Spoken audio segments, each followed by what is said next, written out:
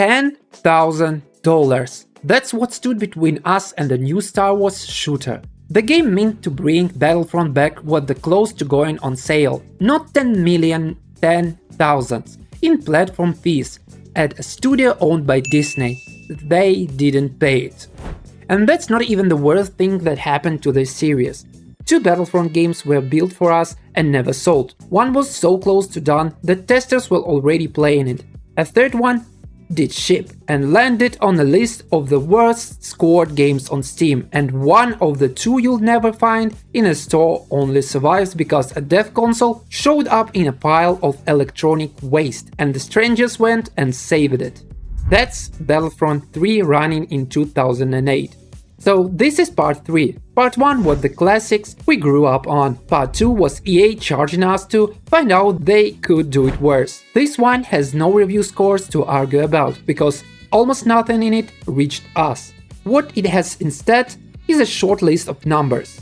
Not one of these games ended because it was bad. Every single one ended over money, and the reason gets smaller and dumber, all the way down to the one that explains why there still isn't a new Battlefront.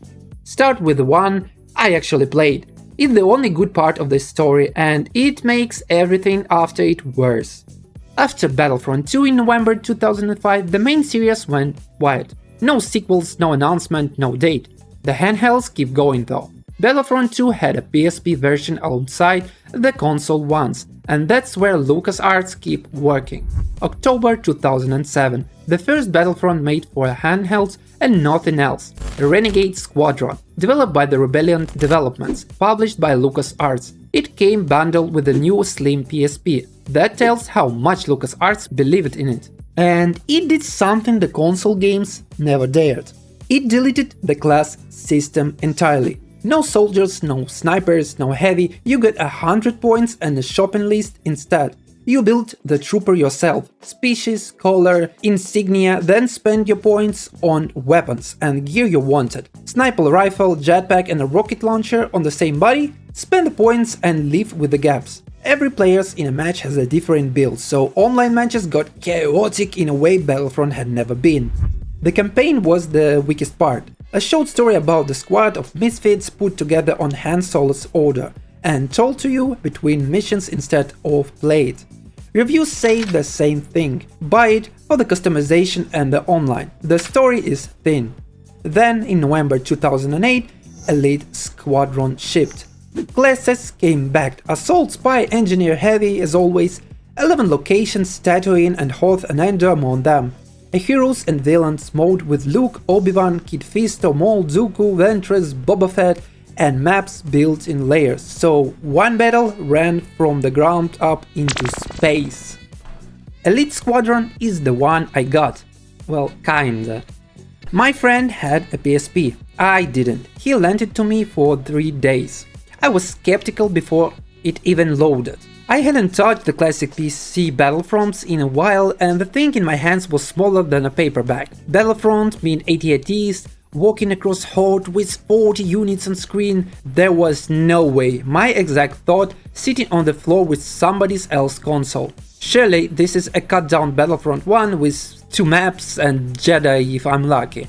Then it loaded. It wasn't cut down at all. It was Battlefront, the real one.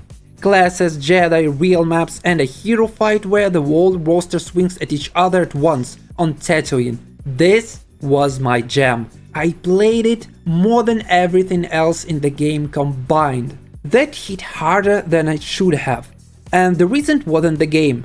Growing up, I shared one computer with my father. My playtime was counted. Every evening there was the point where I got moved off the chair and Star Wars was over for the day. That was the deal and I actually never argued with that. The PSP otherwise didn't have that rule. I could say goodnight to my parents, close the door, get under the blanket and keep going. If you've seen the third Harry Potter film, the opening one scene where Harry under the covers with the light reading. That's the shot. Same posture, same feeling of getting away with something. 3 nights, almost no sleep. I got good at the routine fast. I've been in Cantina, every hero on the map, complete chaos. And I shout something and scream. Then PSP under the pillow, sound off, eyes shut, slow breathing. 20 seconds later, the door opens and the parent comes in to check what the hell the noise was. Nothing. Just kids asleep. 5 minutes after the door closes, I'm swinging the lightsaber again. By day 3 my thumb was wrecked. The PSP's analog numb was the hard and rubbish, it's like the sandpaper. And I've been meshing it all nights, 3 nights in a row. I ended up with the blister and a torn patch of skin in the middle of my numb. And no way to explain it, so I invented the story, failing and dragging my finger along asphalt. Good story. I actually told it well. The reviews did not agree with me. IGN 2009 review called the story missions very repetitive and listed problems with the controls. Others said it looked and played almost exactly like Renegade Squadron. Both things are true at once. It was a rough game and it was the best 3 nights I had that year. But look again at what Elite Squadron was doing in 2009. Running a battle from the ground up into space. On a screen that size of my hand. The console sequel built around the same idea, at full scale, had been shut down a year earlier, so the handhelds weren't the series growing, they were what was left of it. The real sequel started in 2006. LucasArts wanted Battlefront on the new generation of consoles, and the job went to the Free Radical design in Britain. It ran for 2 years. They built the thing the series had promised since 2004. You fight on the ground, you climb into a ship, you fly up and you keep flying into orbit, into a capital ship, no cuts, no loading screens. Watch that footage and remember it's 2008. The closest thing to that, whichever actually ship, is the handheld game I just told you about. Then it stopped, and this is where the money starts. There are 2 versions of what happened, and neither side is neutral, so I'll tell you who said what.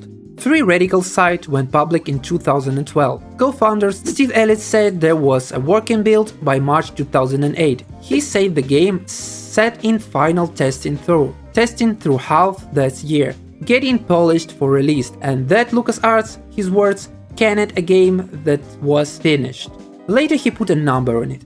It was 99% done. Co-founder David Dock said LucasArts management decided the project cost too much. He also described how the regulations went bad.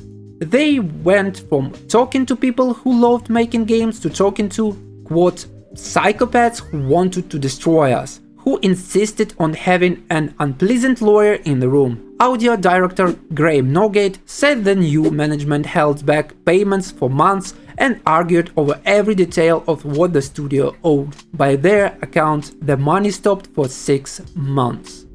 That's the first number in this video. 6 months with no payments on a project this size. No independent studio survives that. Free Radical didn't. The company came apart the same year the game did. The other version exists too. After Ellis' 99% claim, a former LucasArts employee publicly disagreed with all of it. That the game was finished and who was to blame. One thing nobody argued about though. LucasArts never officially confirmed the game was in production. Not while it was being made, not after it ended. Years of work on a sequel to one of their strongest series, and the public position was that it didn't even exist. That left LucasArts in a strange spot. They still wanted Battlefront back, but giving another studio a full-size console sequel was the exact bag that had just blown up on them.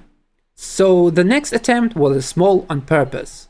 Star Wars First Assault was a small multiplayer shooter, 16 players, 8 rebels against 8 stormtroopers, on worlds like Bespin and Tatooine. Cheap digital only, low risk, low cost, quick to make. It wasn't meant to replace Battlefront, it was meant to prove the audience was still there, so the real Battlefront could follow, a stepping stone. And it nearly made it.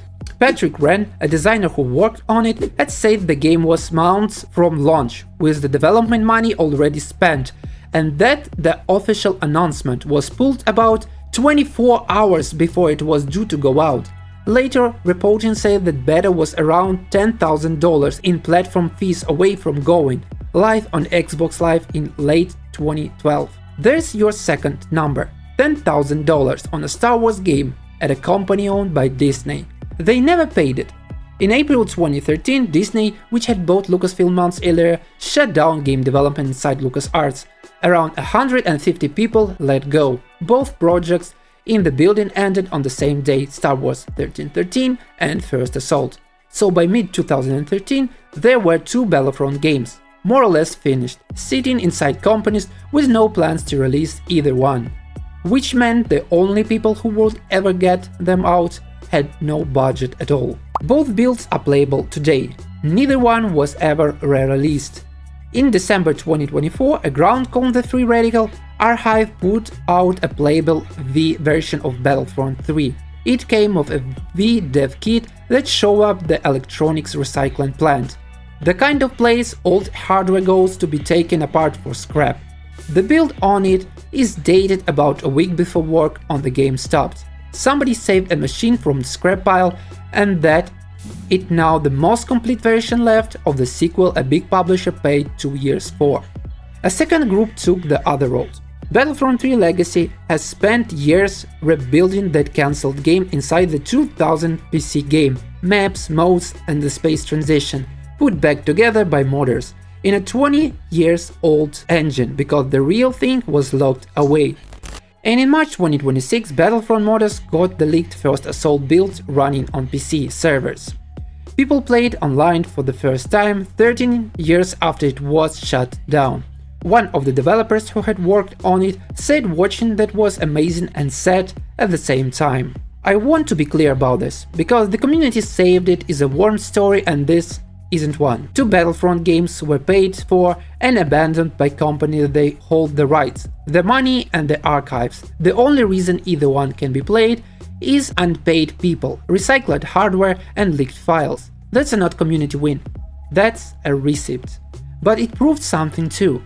If volunteers get pulled that much attention out of the cancelled Battlefronts, the demand is obviously still here. Somebody was always going to sell it back to us. March 14, 2024, Aspyr released the Battlefront Classic Collection, the 2004 and 2005 games bundled together, updated servers back on. Exactly what people asking for signed the originals went quiet. Take our money. At launch, there were 3 64-player servers. 3. On Steam alone, the peak that day was 9,232 people trying to get in. You can do the math. Almost nobody could play the multiplayer they just bought. And the parts that didn't work come with crashes, bugs and missing content. The Steam rating fell to the mostly negative, about 20% positive out of the roughly 1500 reviews in the first week. By March 15, Forbes reported it had become the 9th worst scored game on all of Steam. Third number. 3 servers for 9,000 playing customers on a game whose whole point is playing together. The game underneath were never the problem. They were good in 2004 and they're good now. What we paid for was the packaging. The packaging fell apart. But forget the anger for a second and look at what the day measured. 9,000 people on Steam alone lining up for 20-year-old shooter. That's not nostalgia, that's a market. So the question isn't whether anyone wants a new Battlefront. Go back to 2019. Battlefront 2's designer director Dennis Braniel sat down with the PC Games at Gamescom and said a third game wasn't happening, that sequels were still viable, but there wasn't the same hunger for them anymore. That's the last time anyone inside the studio addressed it directly, 7 years ago. In April 2020, EA stopped supporting Battlefront 2, and in November 2021, the journalist Tom Henderson reported that DICE had pitched a third Battlefront and EA turning it down over licensing cost. A former developer gave him the math. A Star Wars game has to sell about 20% more copies to make the same money as one without the license. That's a report from an anonymous source, not EA statement. But no EA statement has ever contradicted it either. 20%, that's the last number. And it decides everything.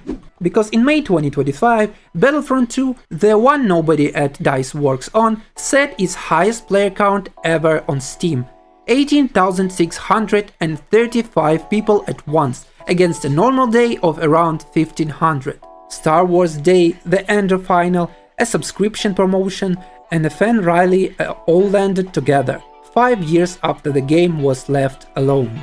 Look at the whole chain. 6 months of unpaid bills ended with the first one, $10,000 in fees ended the second, 3 servers wrecked the one that shipped, and 20% on the licensing sheet is the why there isn't another. None of it was ever about whether the game were good. We know they were good. We're still playing the ones from 2004.